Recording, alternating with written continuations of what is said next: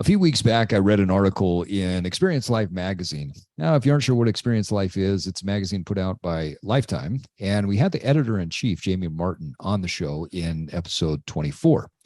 Fitness writer Andrew Heffernan, who's actually scheduled to come on the podcast in a couple of weeks, he wrote a fascinating piece on travel and fitness. More specifically, he presented this idea of experiencing the sports, the activities, the movement of the different countries and cultures.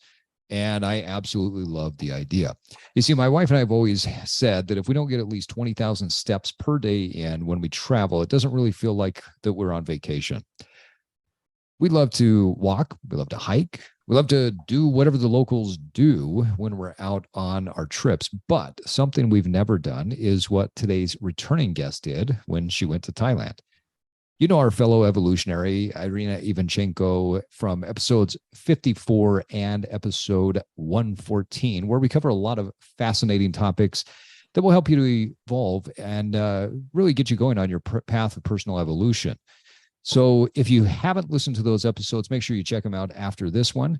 I reached out to Iryna and said, hey, what do you think about coming back on? Because I want to hear about this amazing experience that you had in Thailand. As I'm watching some of these videos, I thought, that's amazing. And that is exactly what Andrew was talking about in his article.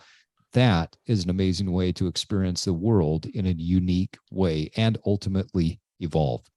Iryna recently visited Thailand where she took Thai boxing lessons, and we can't wait to hear about all her experiences. So stay tuned for some valuable tips on travel, how to help you uncover some of the top activities in your own destinations. So evolutionaries, sit back, grab a Thai tea or a Turkish coffee, and hang on for a fun conversation. Welcome to the Evolve Podcast. Evolve your body, evolve your mind, evolve your soul, and evolve your tribe. And now it's time to disrupt. Welcome back to the Evolve Podcast, where evolved men and women come to disrupt, connect, and get inspired, where cultivating a strong, lean body, an educated mind, and an evolved, purpose-driven heart are the status symbol of choice. As always, joining us from the Mind Palace in Overland, Ohio, the most interesting man that I know is W. Miles Riley. Welcome, Miles. Steve Cutler. Thank you.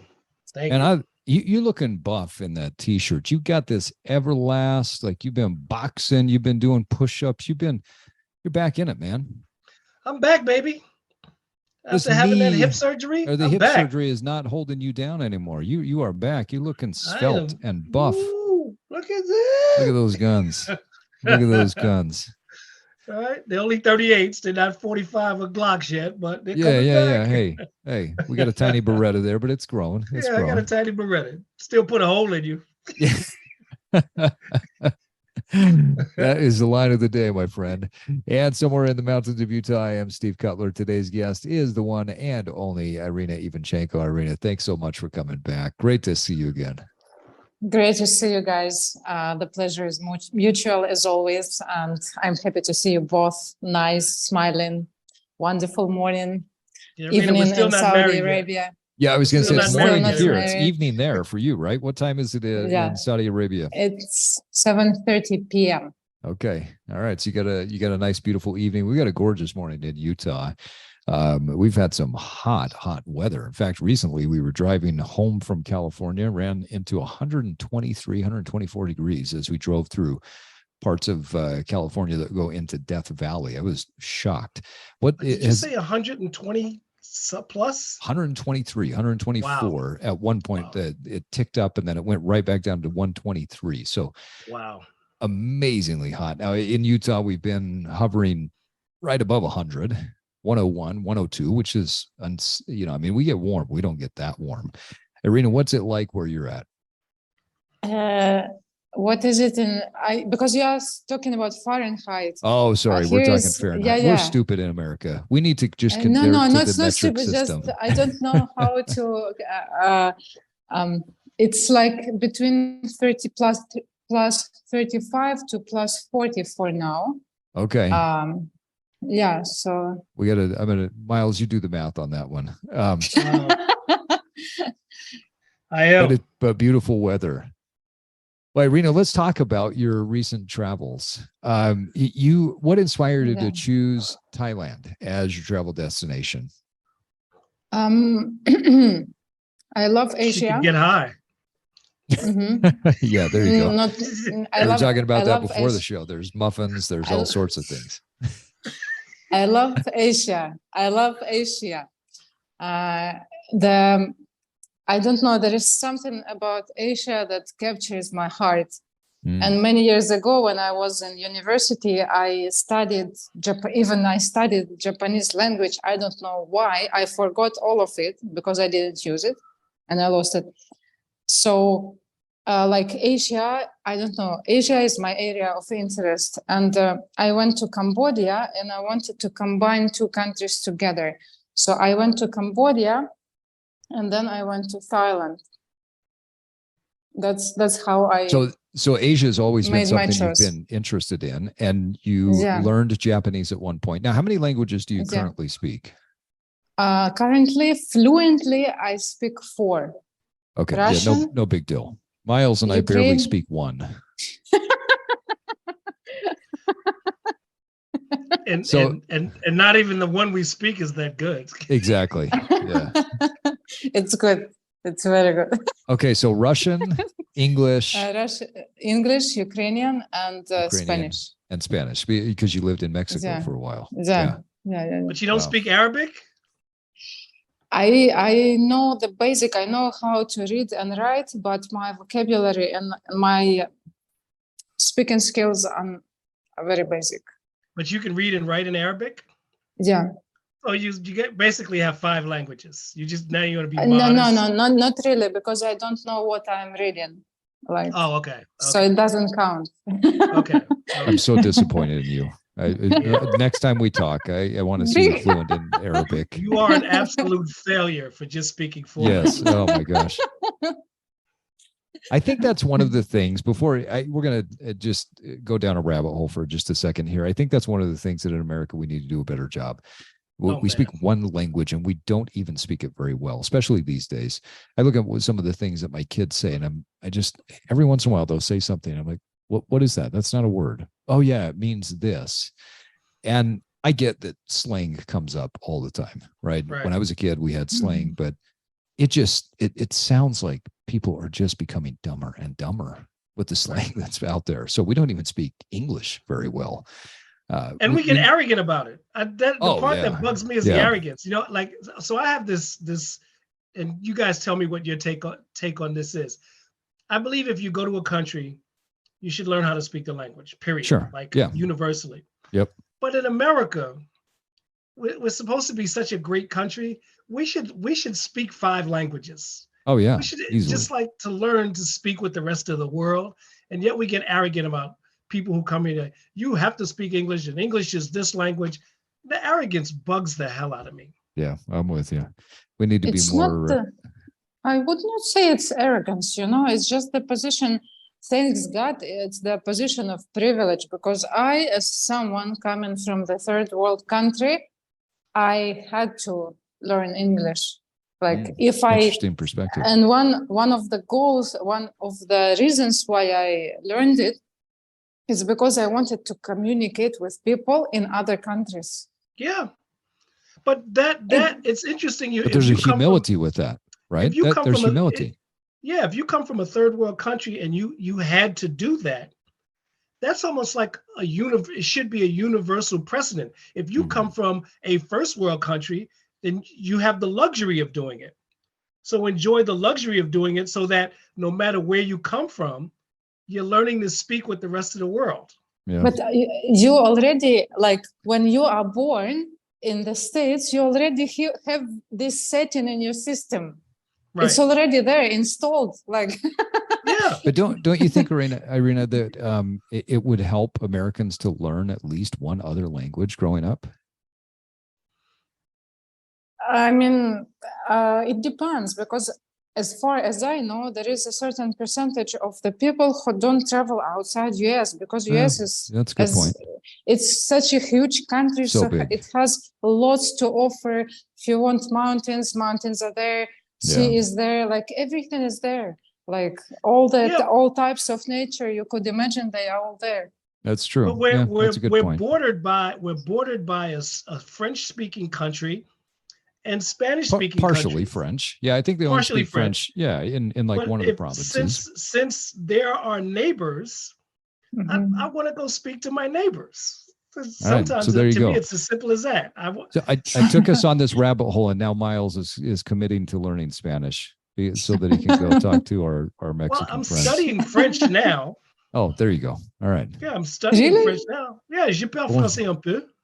Oh, is that why you sent me a text in French the other day? Yeah. Oh. J'étudiais à la université pour 10 ans. 10 ans. 2 ans? 2 months? 2 years? 2 years. 2 ans. 2 years. Yeah. Well, so for our new listeners in French Polynesia, which I don't know how this happened. And That's right. Somebody listening to this episode might think that I'm joking. I'm actually not joking. I pulled up the stats the other day, as I do regularly, and I sent them over to Miles. I was like, what the hell happened? We just popped in French Polynesia. Like we just, all of a sudden, people in French Polynesia are listening to the Evolve podcast. I have no idea how or why. I've never seen that on our stats before, but we had a significant number of downloads in French Polynesia. So there you go. Miles, keep learning French so that you can speak to our French Polynesians. Sorry to take us down a different rabbit hole. Iryna, I'm going to come back to the travel. So you hit Cambodia, you hit Thailand. What was it that made you say to yourself while you were in Thailand, hey, I'd like to learn how to either get punched or punch people? Look, it came absolutely unexpectedly. I was planning to ride boats, to go to the islands, just to eat, sleep, and rest. And then I didn't take into the account that I came in the rainy season. And rainy season there, the sea is pretty rough. You could not even swim there. So the boats, on some days, the boats were not allowed. So then I started looking around what I can do, which activities I can do. And then I saw like a couple of Muay Thai studios. This is Thai boxing. And the difference between boxing and Thai boxing is that in boxing, you can only punch with your fists, with your arms. Mm-hmm. In Thai boxing, you can kick with your knees, with your elbows, with the shins. You can do kicks in the stomach, in the ribs, in the hips. It's aggressive. I mean, and not only is it aggressive, but it is, I mean, from what I know about Muay Thai, is Muay Thai fighters have some of the strongest shins of anybody out there because of the amount of kicking that they have to do to each other, and they get kicked in the shin over and over and over, but they develop just great overall toughness, great overall body strength. A lot of MMA fighters start in Muay Thai, or at least go from some sort of wrestling type background into Muay Thai because of the applicability and just the overall strength to fighting different fighting styles. Okay, so you were there in the rainy season. Some of the things that you were thinking you were going to do were closed down, or you just didn't have access to them. And so how did you go about finding an instructor and getting involved in this? I saw 2 studios that were in very close to me. I could go walking, like 5 minutes walking. And I was like, I'm going to go and check the studio. So I went. On the first day, I went to a studio. I looked at it from far away. And on the first day, I didn't have the courage to come in. I returned back. I love this part of your story because I remember you saying this on social media. I returned back.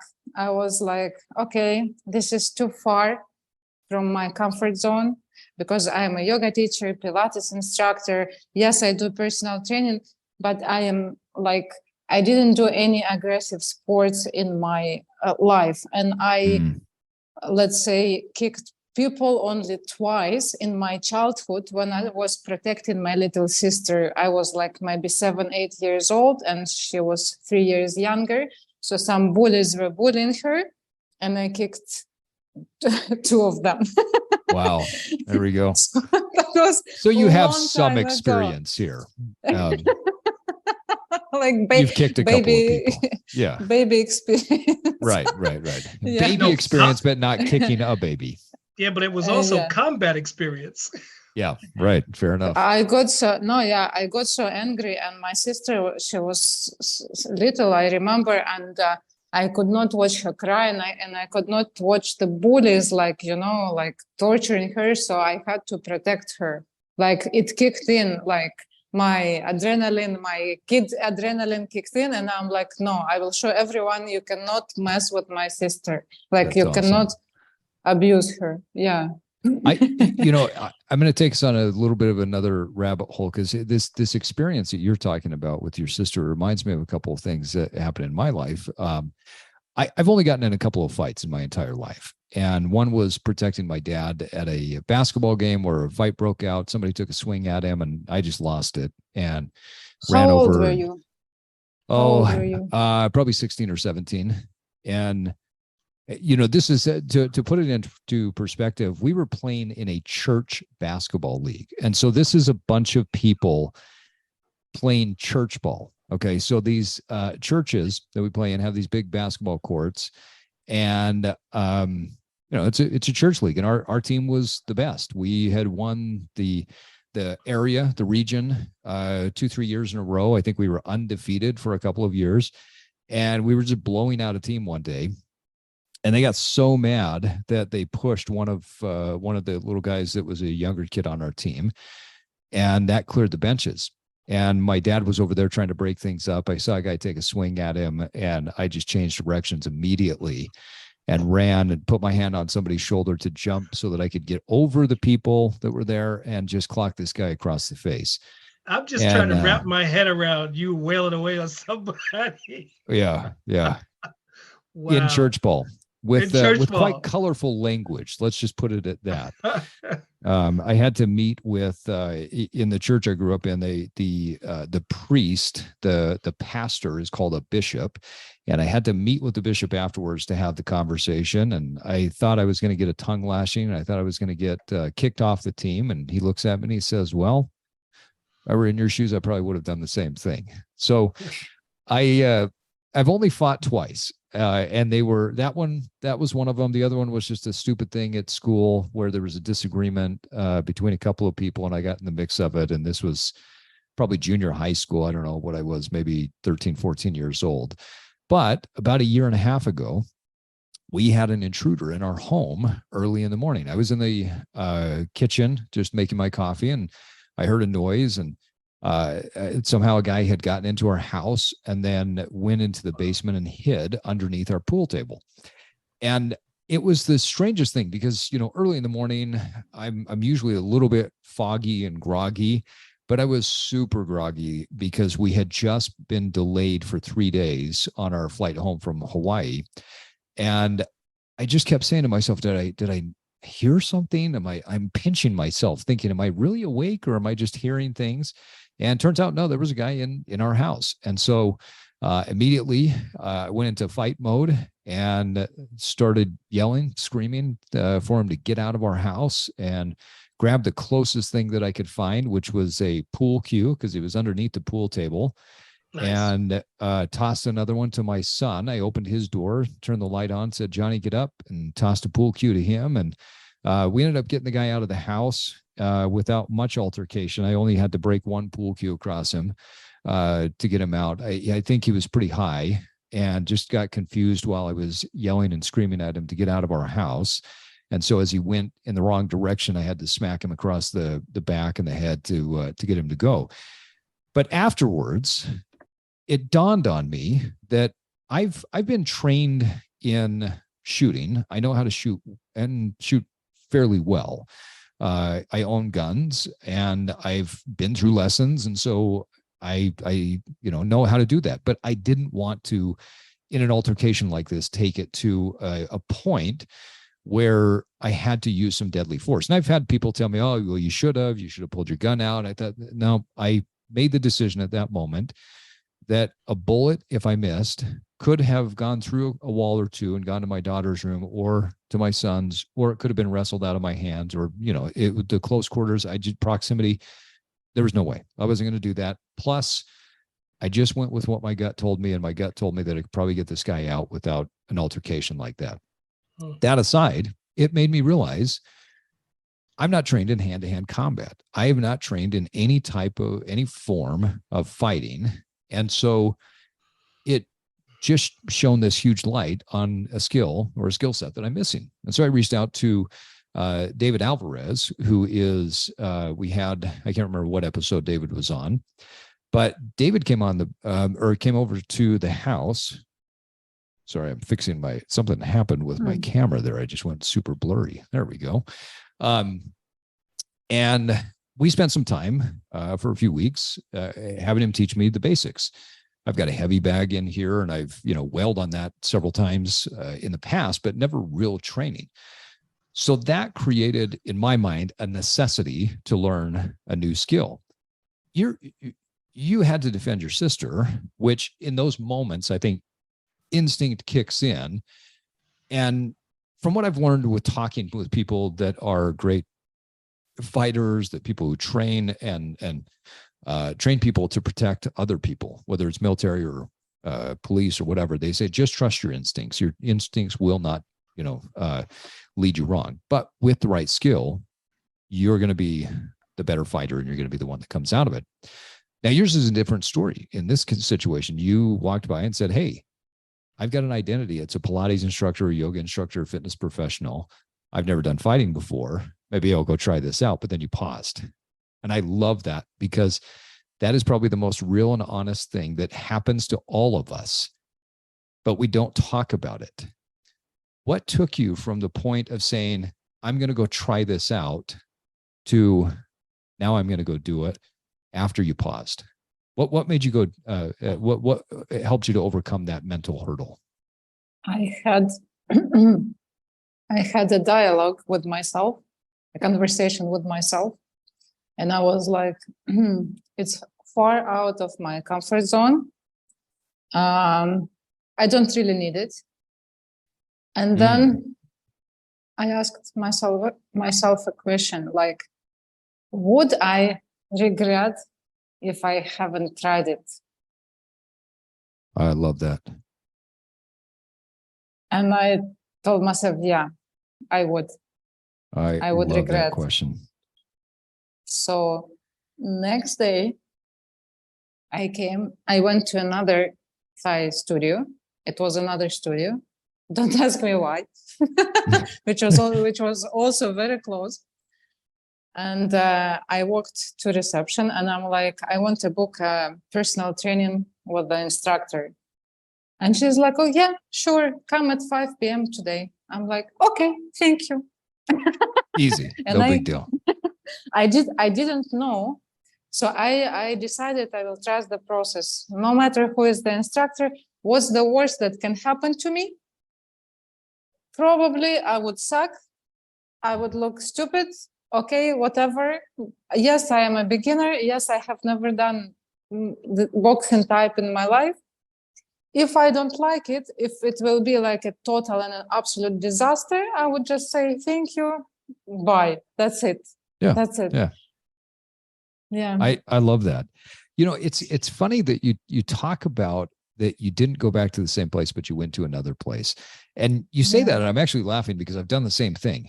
And Miles, I don't know if you've done this, but I'm sure there's other people out there that have done the same thing, where you try to get the courage to go do something, and you go to a place, and then you chicken out. You don't do it. But then when you finally get the courage to do it, you do it somewhere else, because there's now this negative association with that place. It's almost like you feel a sense of shame. Like, I didn't do it the first time, so I'm not going to go back and do it at that place. Right. And I don't know if yours was the same, but I've done that before, where I had to change the dynamic of what I was doing, just because I kind of felt like I was, I don't know, like I was weaker, or I chickened out, or whatever it was, going to the first place. So then it was like, oh, but the second place, yeah, I'm going to go there. I didn't even realize that, Steve. Now that you are talking about it, most probably yes, but for me it was subconscious. I didn't even realize. Yeah. I'm going, no, the second place, it looks nicer, much nicer. Well, I like it more. Like, Right. like it didn't even click like that. The first place is kind of a place of, let's say, failure. Right. Yeah, we see it as failure. Yeah, it's a fascinating thing I've observed. I've observed it in myself. I've seen other people do it from time to time through my coaching. But we do this where we don't go back to the point of our failure. And so we have to create a new narrative. Not that it's good or bad, right? I mean, it's just the way our psychology is working.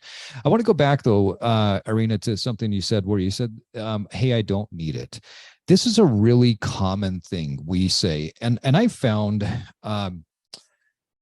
it's a way that we get out of doing things we want to do. We say, well, I don't need that. I don't need to buy this. I don't need to do that. And it's a pretty insidious enemy, I would say, psychological enemy, because the reality is we don't need to do very much, right? I mean, especially in today's society, I don't need to do very much in order to just live. Mm-hmm. Outside of the need to breathe, the need to eat, the need to, stay sanitary so I don't die from lack of sanitation and disease, maybe the need to cover my body, maybe the need to have a roof over my head. There's not a lot of needs that we have. And so everything else becomes a want. Everything else is a want. Everything else we do out of some sort of desire. Now, I think that we grow up and we think that the majority of what we go after in life should be a need, as if there's some sort of moral high ground to that. I've actually shifted my thinking in that over the past few years. And I've gotten to the point where I rarely look at something and say, do I need it? I ask myself, do I want that? And if I want it, what are the benefits? And then I come to that critical question that you just talked about. Would I regret it if I didn't do it? That is so powerful. What changed for you when you asked yourself that question? It changed it changed my narrative, because the way how we talk to ourselves define the choices that we make, and defines experiences that we take, and defines the quality of our life. So changing the narrative from I don't really need it to questioning whether I want it or no. Would it enrich my life? Would this new experience enrich my life? And this new exotic experience enrich my life? Hell yes. Absolutely. Yeah. What's interesting? So great. And I would love to hear you guys expand on this. Is I think when you're growing up, and you said you're from a third world country, and I think I think the underbelly of America is a third world country. And when I say that, I don't mean in terms of being impoverished, but we come out of this kind of work ethic, practicality. Yep. And I think when practicality bumps its head up against luxury, we kind of move towards practicality, because practicality begs the question, do I need this? Or that's too much of a luxury. But when you also have the luxury of doing that, it can create a certain kind of anxiety, like, why am I doing this? This is what is it going to do for me? And it's the luxury of living in an environment that you can do this. So I think luxury and practicality are bumping their heads against each other, because most of us come from practical, as Steve said earlier. Do I need to do this? And there's things we need to do, and that might color everything that we do, instead of looking at it, I'm going to express the luxury of living and do this. Yeah. So I'd love to hear you guys' take on that.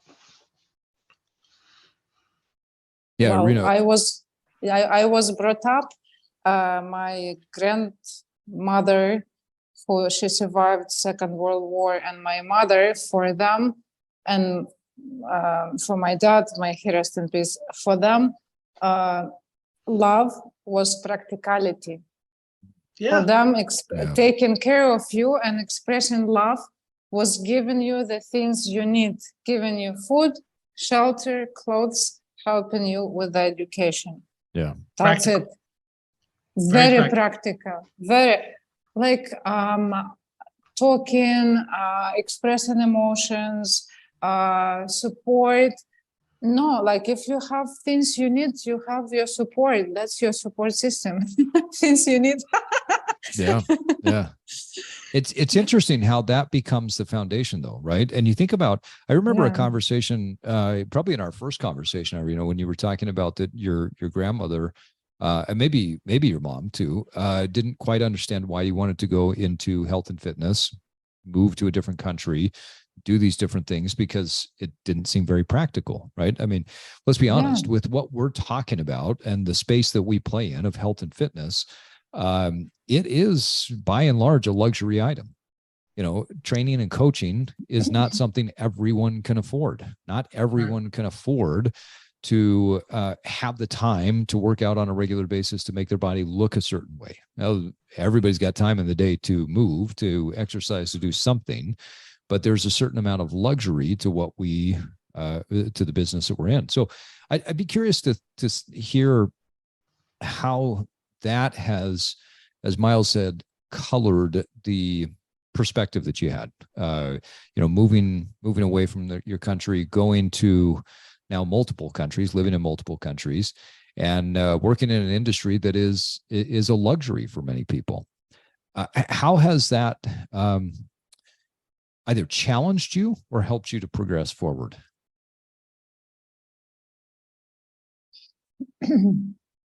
I think in some ways it completely changed me, and in some ways I'm still the daughter of my parents. Like there are still some things that I do how they taught me to do them, and some things I cannot deny it. I can't. I decided I would embrace it. And that's actually the practicality bumping his head against the luxury. I can certainly relate to that for sure. Yeah. Listen, I've had moments where I'll start a new project, thinking I want to get momentum, and early on in starting that new project, I literally in my mind will say, you need to put this book down and clean your apartment. Yeah, exactly. And recently I've just been analyzing that reflex of knowing, you know what? I've noticed when I start something new, something practical hits me right in the back of the head and go, you shouldn't be doing that. You should be doing this. Interesting. And it's always something practical, something, that seems to be necessary. But what I'm really escaping is this new luxury I'm embracing.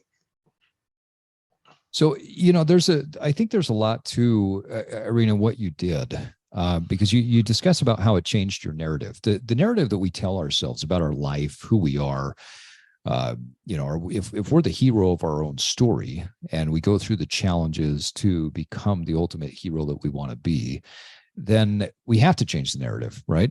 And I think that when you travel, you're now in a different state, a different country, a different situation that is not your norm, which allows you to open up a little bit more. It also allows you to expand your perspective a little bit more if you allow it to, right? To say, I'm going to try something new. I'm in a new place. Why not try a new thing? It's not your normal daily routine. And I think that's one of the powerful pieces of travel and getting involved in something, especially movement or exercise in a different area. That's the thing that I just absolutely love about what you did is movement brings people together and it codifies experience much better. Like I can honestly say, last week we had 3 days in California, right? So we had 1 day on the beach, we had 1 day in Disneyland, we had another day on the beach. And the days on the beach and the nights watching the sunsets and the dinners that we had together, those are the most memorable pieces. Sitting on a ride where we weren't doing anything. I don't remember any of I kind of remember a couple of rides, but I didn't leave there and say, wow, that was an amazing experience with this ride, because I didn't really do anything.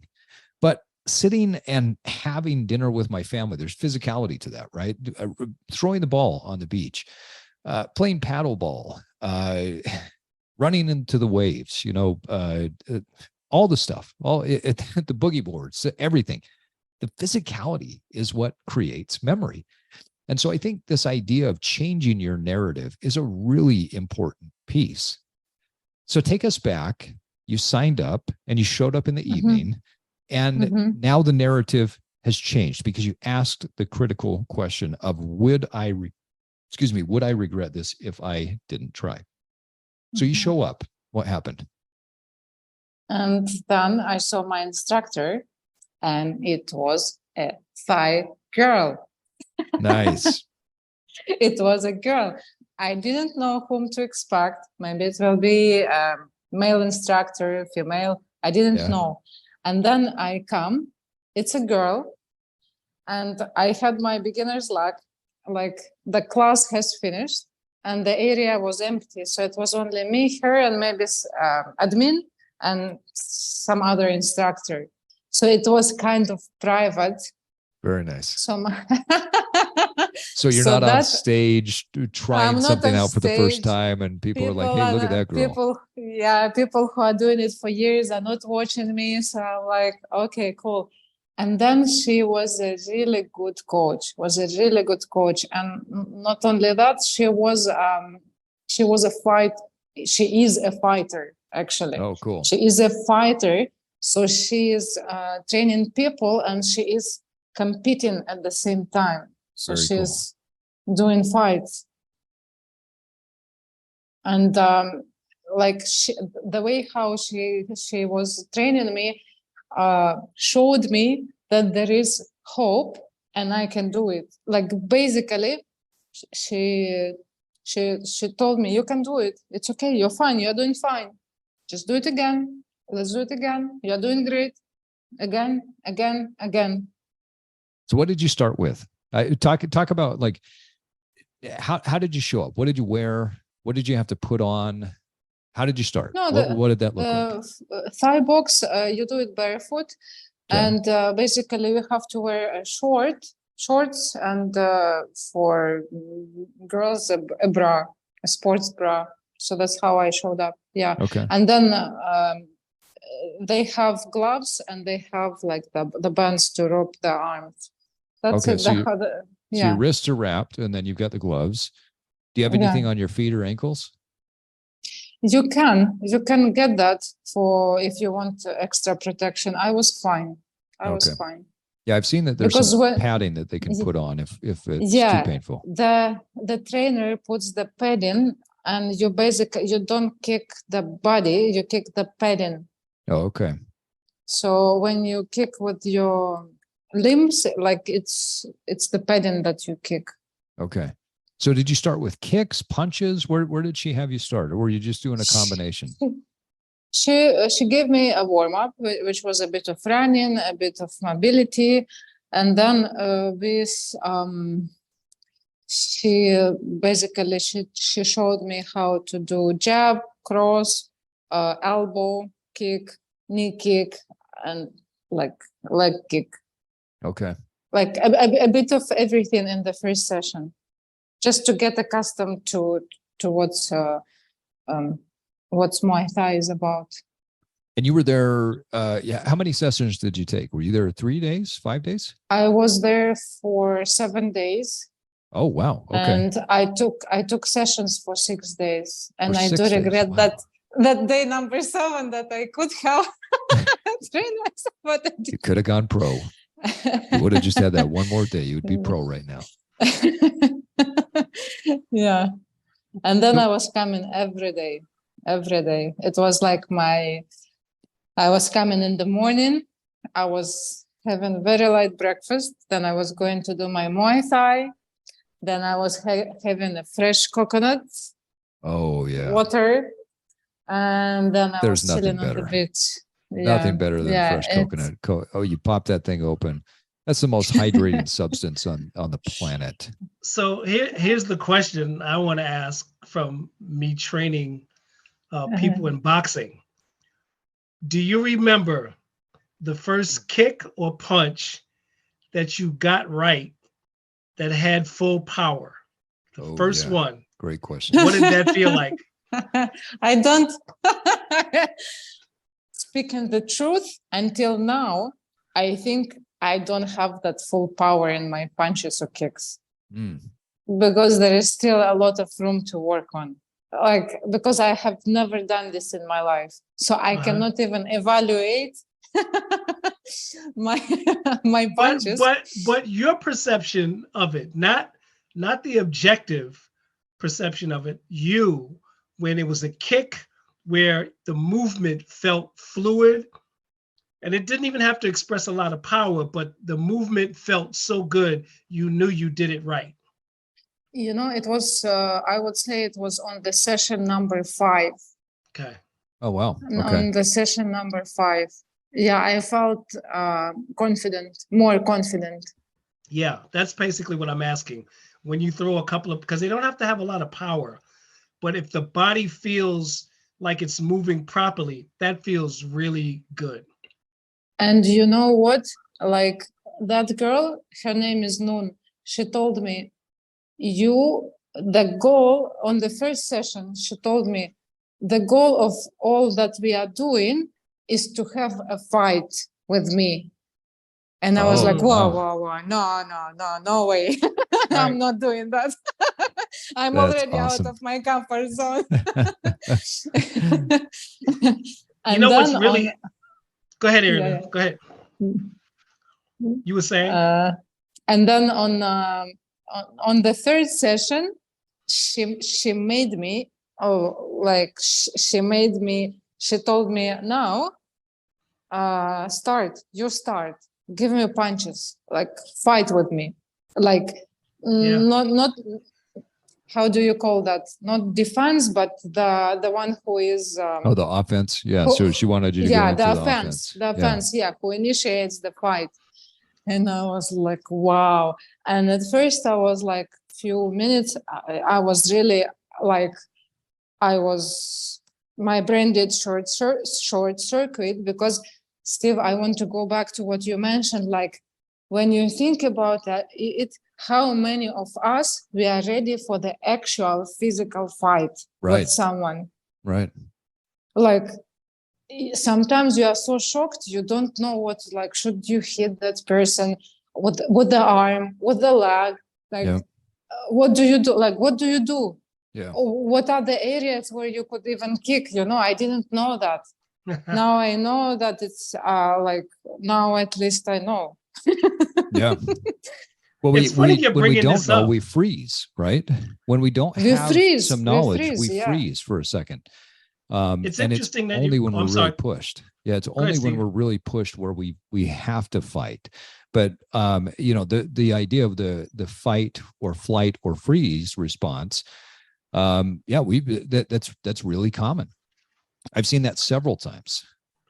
I am currently training a transgender woman, and we had a little bit of a breakthrough just last week. I was teaching her basic punches, and she was getting frustrated. She said, because I don't know when to use these. When do you use this stuff? So I said to her, and what happens was she was just getting way ahead of herself. So I said, okay. So I took off my focus mitts, put on gloves, and I said, let's have a fight. I want you to take all the punches you've learned and use them against me. And she had trouble using them. Mm-hmm. And I told her, I had to explain to her, you're getting ahead of yourself. That part of the training doesn't come for another couple of months. Right now, I want you to get the basics. But when I started swinging at her, she started ducking and almost trying to get away from it. And I told her, I said, there's training that's going to get you to learn how to attack me, but we're not there yet. Yeah. So you teach people basic structural things, punches, defensive maneuvers, and then you teach them how to attack. Yeah, you've got to deconstruct it. Yeah, you do have to deconstruct it. Yeah, you deconstruct. I think that's like anything in life. And Iryna, your story, I think, is so applicable for a lot of people if they just pause and listen and make the parallel that when there's something new in life that you're sparked to do, something inside of you says, oh, that sounds cool, I want to go do that. Then there's a pause, right? Maybe they walk away from it. Maybe they chicken out with going and doing it the first time. But then they get into it and they realize it's a little bit clunky. It feels a little bit weird. The movement's not quite what we want it to be, but we can see the end goal. And we keep thinking towards the end goal. And we keep thinking that, okay, well, I should be there. Or, well, now how do I apply this to the end goal? But that's not really the goal of that initiation phase. Right? At Evolve, we talk about 3 phases of evolution. We talk about initiate, elevate, and automate. In the initiation phase, all you're doing is you're just learning those deconstructed parts. So you're learning how to kick, you're learning how to punch. If you're in the weight room, you're learning how to create torque before you bench press, right? It's the basic stuff. It's not the end result. You only get to an elevation phase once you've learned how to do the basics, the deconstructed basics, multiple times. Then the way you automate is where it gets to the point where you are so good. You get to professional level. The difference between an amateur and a professional is an amateur does something until they do it right, whereas a professional does something until they don't do it wrong. And that is automation phase. When you get to the point where you can be in a high stress situation and you just automatically kick in and you're able to do what it is that you need to do. So you referenced that you, there was something about what you said earlier that made me think you're still sticking with this. Are you taking classes? Are you punching a punching bag? Like, where's this continued? Are you still practicing and fighting? I still continue to practice. I have in my gym in Saudi, I have amazing coaches. 2 of them are from France, and two of them, they know Muay Thai. They coach Muay Thai. Okay. And the other girl in my gym, she is from South Africa, Sancha, and she is a boxer. She's like a boxer. So I do continue to train with them, because now that I have tried boxing, Muay Thai, and now I believe this is something that at least I don't want to sound like very like everyone should try it, but I would suggest to try it. I would suggest to try it because it can empower you and open that side of you that you are not even aware about. Now, when I did Muay Thai for the first time, I'm like, oh my God, I do have this fighter warrior spirit in me. Oh yeah, yeah. I do have it. I just don't express it because like now the fights that we have, they are quiet office corporate fights, right? Or like very elegant passive. words, passive aggressive, like, and you have to figure out, and it creates a lot of frustration and anxiety. And doing martial arts is one of the very good ways to take this stress, anxiety, and frustration out. Well, it's interesting that you bring that up because, and you say that you have that in you. I think some people have it in them more than others, but everybody has it to a certain degree. You think about the yin yang and the way that those things move in cyclical fashion. Yoga, it's a very yin type of movement. Pilates, very yin, right? It's very restoring, very healing, very mother. Slow, I would say. Very slow. The yang exercise, the fire, the breath, the heat, the strength training would be one of those. Martial arts, any type of combat sports. What I found, both personally and with clients that I've worked with, is you look at where your strength is, and then you work the opposite of that. So if I'm a very yin person, if I can do yoga, if I'm, calm, I do meditation, I've already got that down. But as soon as I start working on the yang side, if I'm lifting heavy weights, if I'm punching things, if I've got more aggressive movement, more than some battle ropes, whatever it is, what happens is we now become more, I hate to say balanced, right? Because when you think about that yin yang, it's more about harmony. It's that the energy of one pushes the cyclical energy of the other. And so when you work that yang energy through combat sports, you'll actually become better at the yin. You'll become better at yoga. You'll become better at the Pilates, the meditation. All of these things become better. And I'd love to hear you talk about that. I know that you're only a few weeks into, training in the combat sports, but I'd love to hear what that's doing for the yin side of you.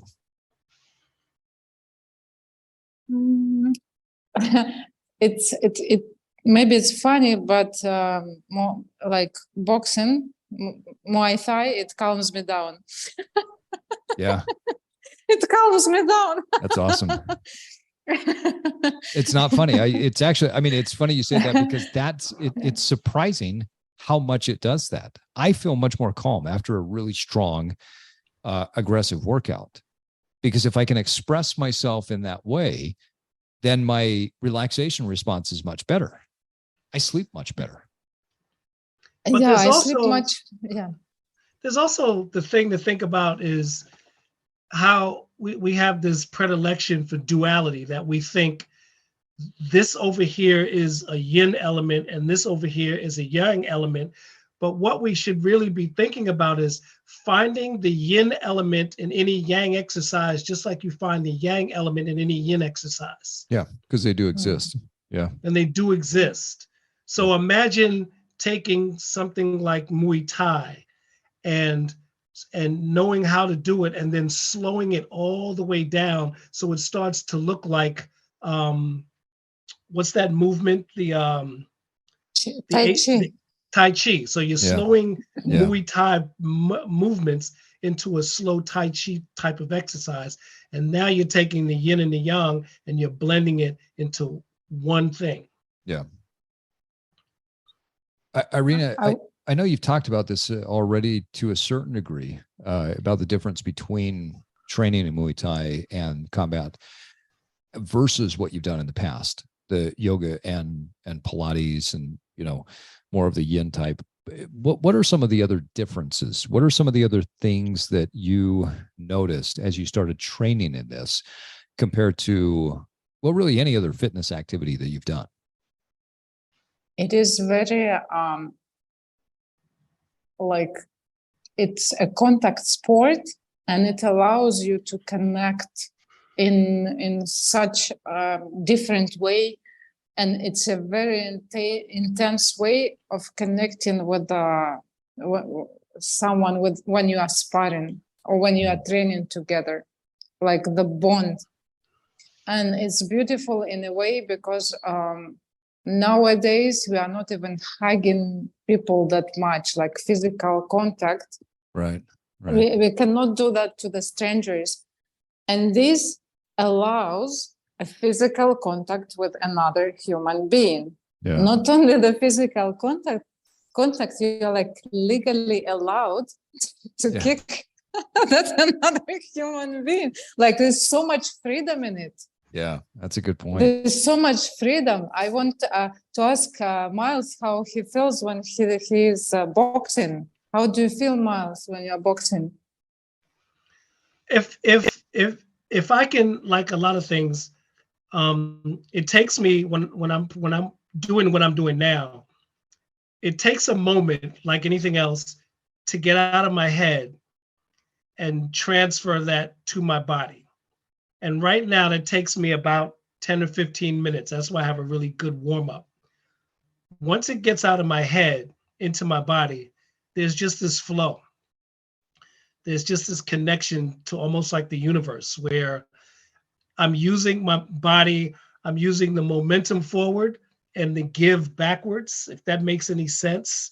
So it's like when you throw a punch, if you throw a right hand punch, your right shoulder's possessing all that power and your left shoulder's kind of relaxing, moving back. And if you feel that as an organic movement, it feels tremendous.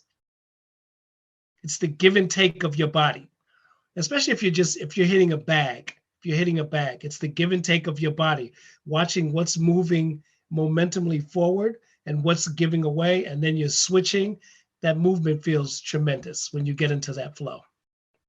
I like, Iryna, too, how you talked about that. There's an energy exchange between two people. There's, and you create this intimacy there because you're touching, you're kicking, you're punching, which for a lot of people, they would think, well, that's not a good thing. But it does create this intimacy because you have to respect the person in front of you. Right? I mean, that just is inherent. If you don't respect them or their skill, you're going to get your ass knocked out. Exactly. Right. So there has to be at least some level of respect for the other human being. But I guess I've never really thought about it in that way, of that there is this connection. And like a chess match. The physicality of it. Yeah. The physicality of it. I think back to like when my son was young, little boys, they're just rambunctious. They got a lot of energy. And the best time that we would spend together was like wrestling and play fighting. And maybe that meant that we'd grab, padded swords, like Nerf swords, and we're hitting each other with them, or noodles, or, we're shooting each other with Nerf guns or whatever it was. But after that physicality, there was just this calmness, like we were bonded. It was such a great thing. And I guess I've never really thought about it like that. I observed it years ago, but I've never thought about it in terms of our adult relationship. So I guess what I'm hearing from you then, Iryna, is we just need to go start punching people more. We want to get connected. What tips would you give people? Because I agree with you that I think everybody listening should get involved in some sort of combat sport or protective sport, something. Right? Whether you just learn how to do self-defense, if you're living Krav Maga, if you're doing Muay Thai, Brazilian Jiu-Jitsu. I know Taylor Burrows, who we had on the podcast a while back, she said that one of the first things she does when she's coaching men is she gets them involved in Brazilian Jiu-Jitsu as a way to just connect with other people. What are some tips that you would give people to get started or enhance their experience?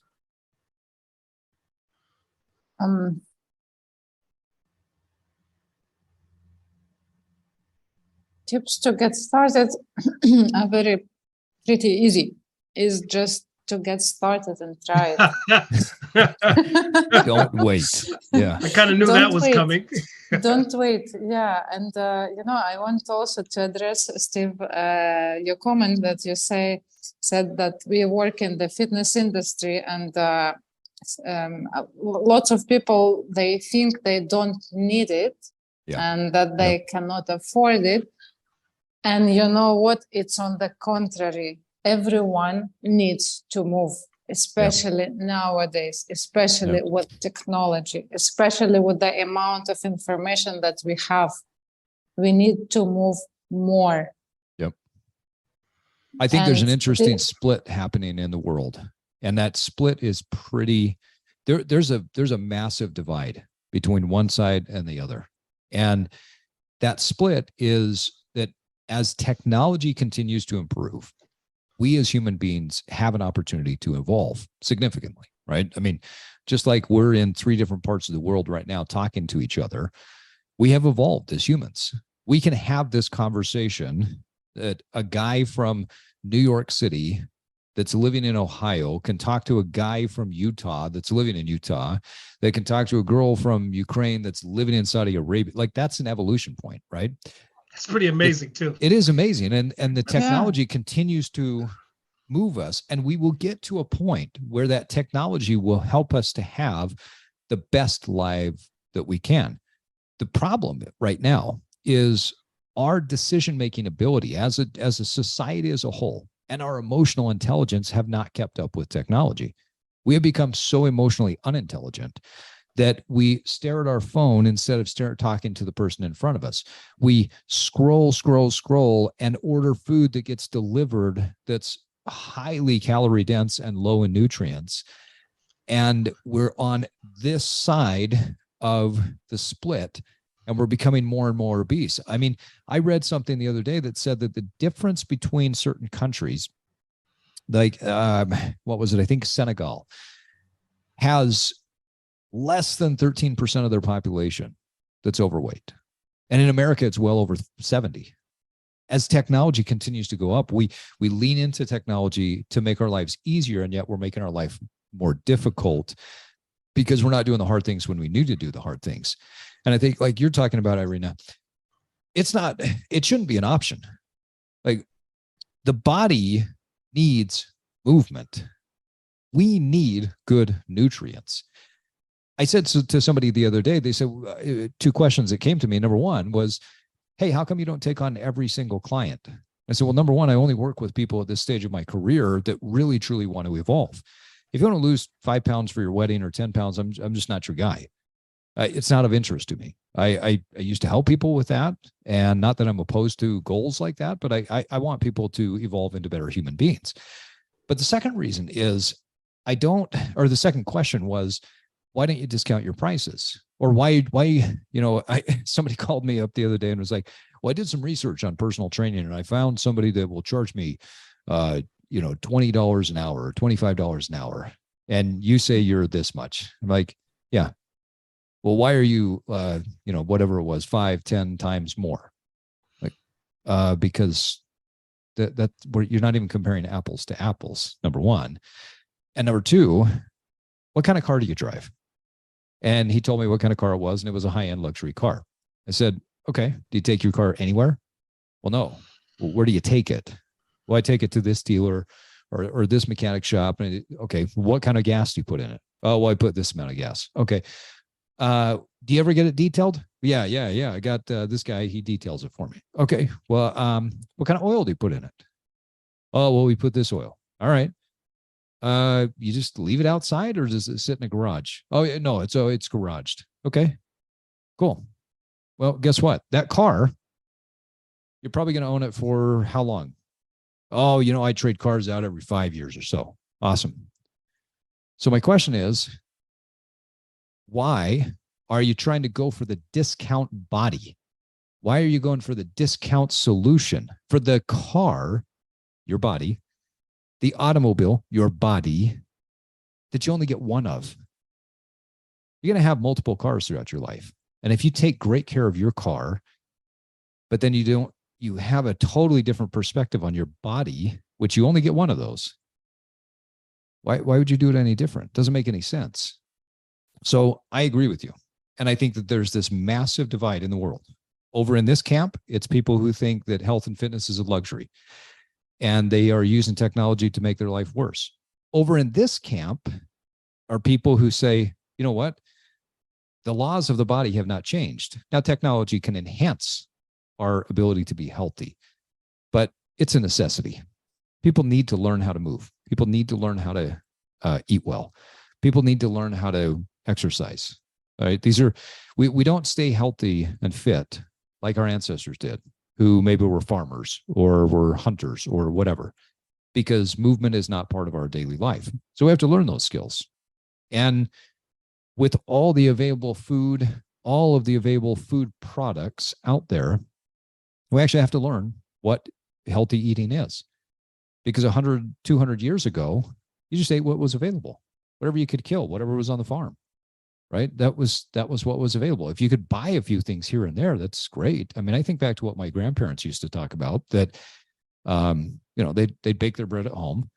They would gather the eggs from the chickens that were in the back. And maybe once or twice a year, you'd get candy, but that was it. Right? So I think that I couldn't agree with you more. It's not a luxury. I mean, it is, but it's not. It's not. Because I was following you on Instagram as well, and you mentioned there are like a lot of free of charge resources on how to move.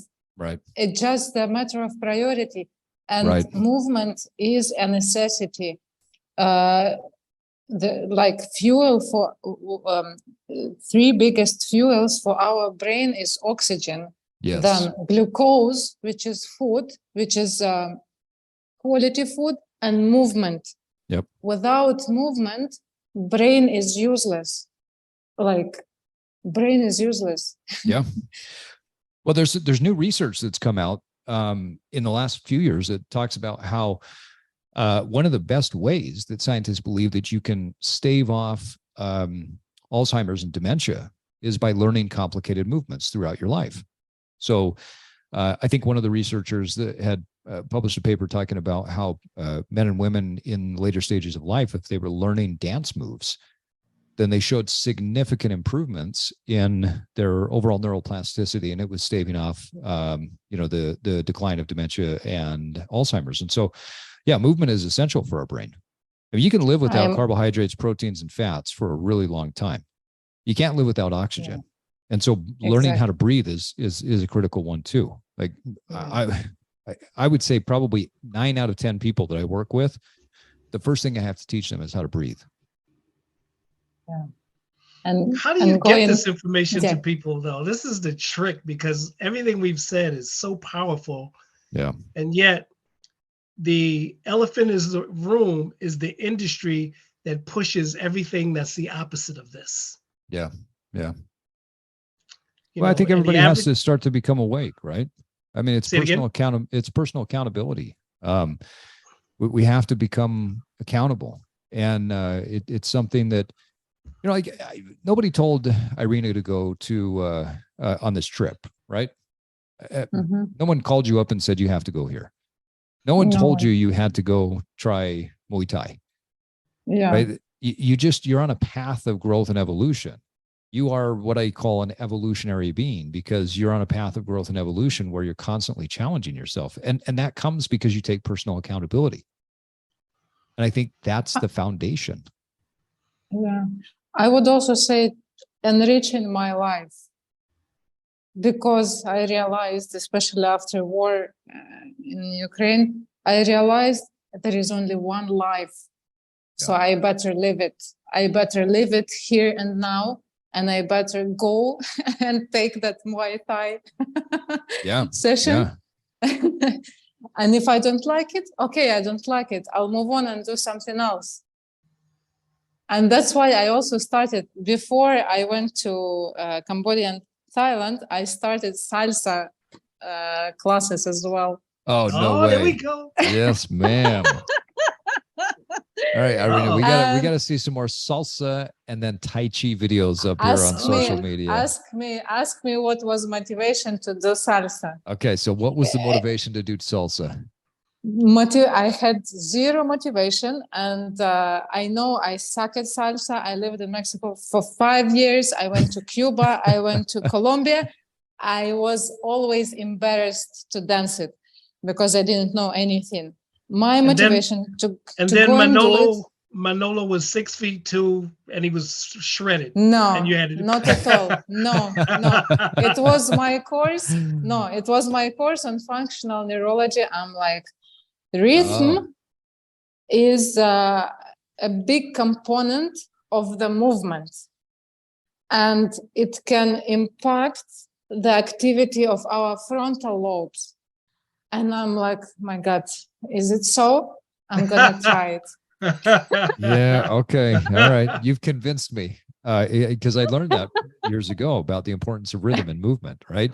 And I actually teach that in strength training, the rhythmic movement, whether we're doing slow rhythm or fast rhythm. But there's probably not a better way to learn that through dance. And because there is count in that. Now you've just given me something else I have to do. I know, which I hate doing.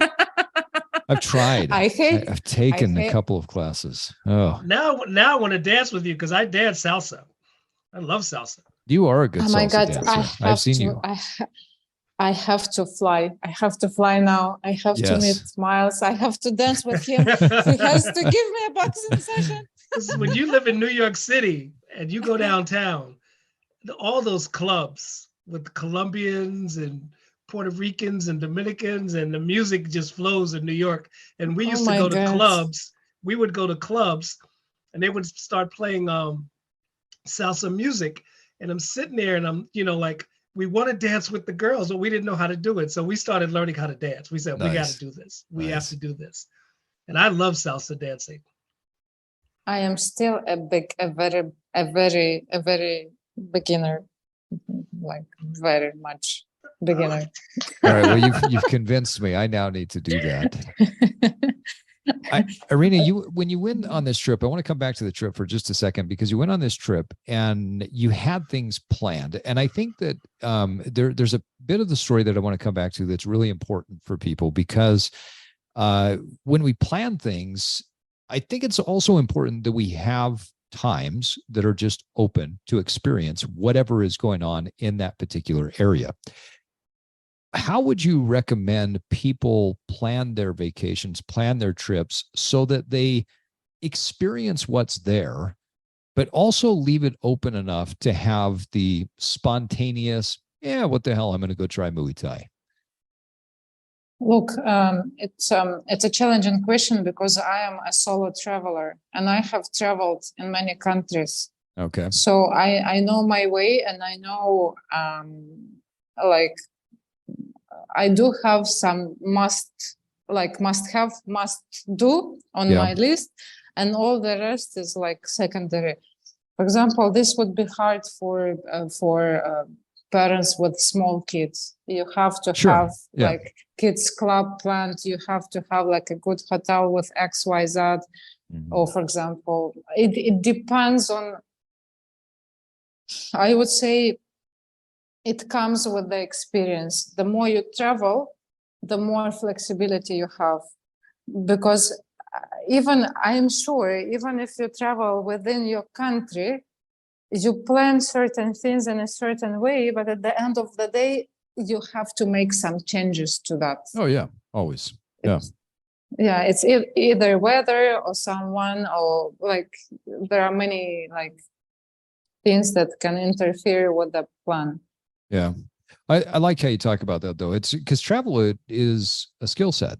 You know, I think back to like when I used to travel with my wife and kids when they were young, and we'd go to the airport. It was a stressful experience because we used to travel like that. Yeah, it's crazy.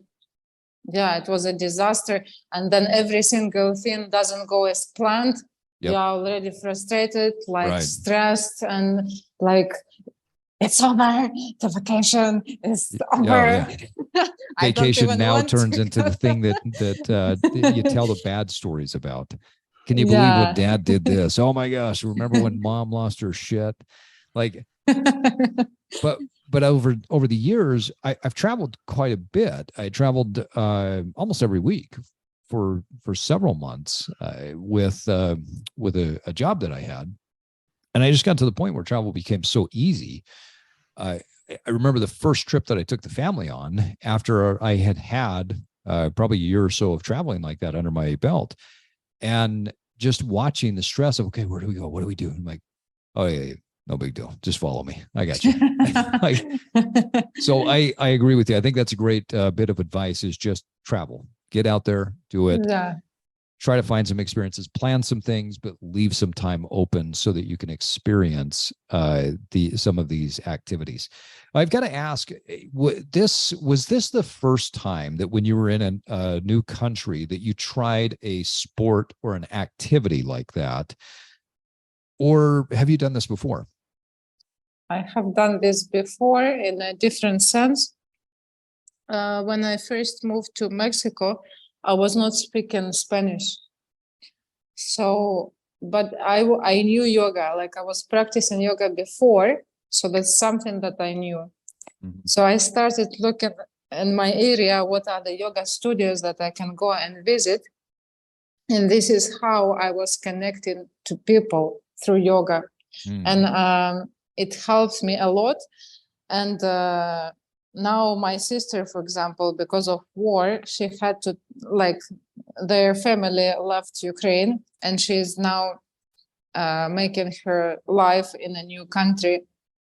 And she was like, but how do I meet people? Like, where do I go?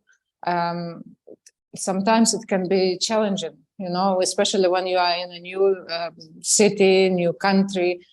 And I told her, just go find some fitness studios, go and take classes there. And this is how you will, maybe not from the first time, maybe it will need, it depends on people, on you, on how the things flow.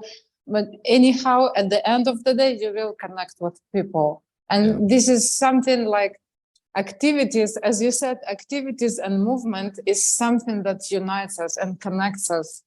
Yeah.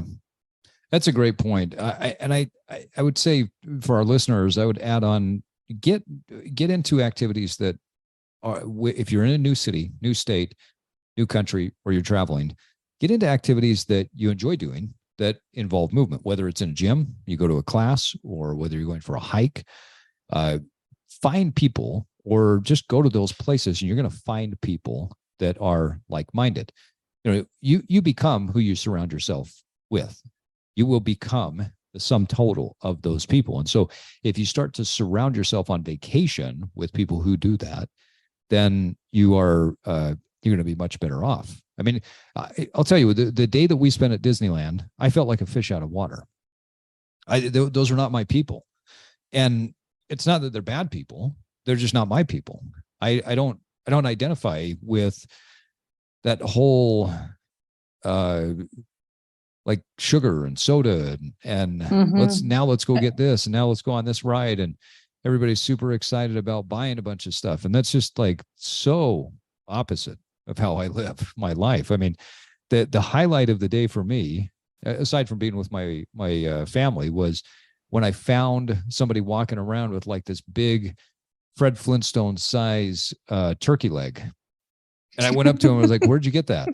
And they pointed me in a direction. My son and I went looking, or my son-in-law and I went looking, and we found the turkey leg stand. It's like the only place where you could actually just go get great protein. And this thing was smoked turkey leg. It was the best thing in the world. My son-in-law, me, and my wife all sat there like covered in and glistening from this beautiful turkey leg. And, we connected, we bonded there for a moment. But being in Disneyland, that's not my people. Now we go to the beach and there's people running around and throwing footballs and doing all the stuff that we're doing. And that was my people. We found some interesting people every time we've been out and we've been active. So I love that experience. What's next for you? Where's the next destination? What's the next thing that you're going to try? You're now doing Thai boxing. You're going to become a salsa queen. You're going to be what's the next travel or the next fitness sport thing that you're going to pick up? She's coming to Oberlin. Coming to Oberlin, Ohio. You guys going to go to New York and dance salsa? Ohio. Yeah. And then you got to fly out to Utah and we go hiking together. Oh, that would be amazing. You would love it. Amazing. Yeah. I need to plan that actually. Japan was on my bucket list for years. I might be contemplating the cherry blossom. Oh, yeah. On the mountains of Japan, and then do some Tai Chi session or Buddhist ceremony in Japanese temple. That just makes my mouth water. I've seen the pictures of the mountains and the cherry blossom, and I've always wanted to experience like the traditional Japanese or traditional Chinese, because each culture has a slightly different tea ceremony.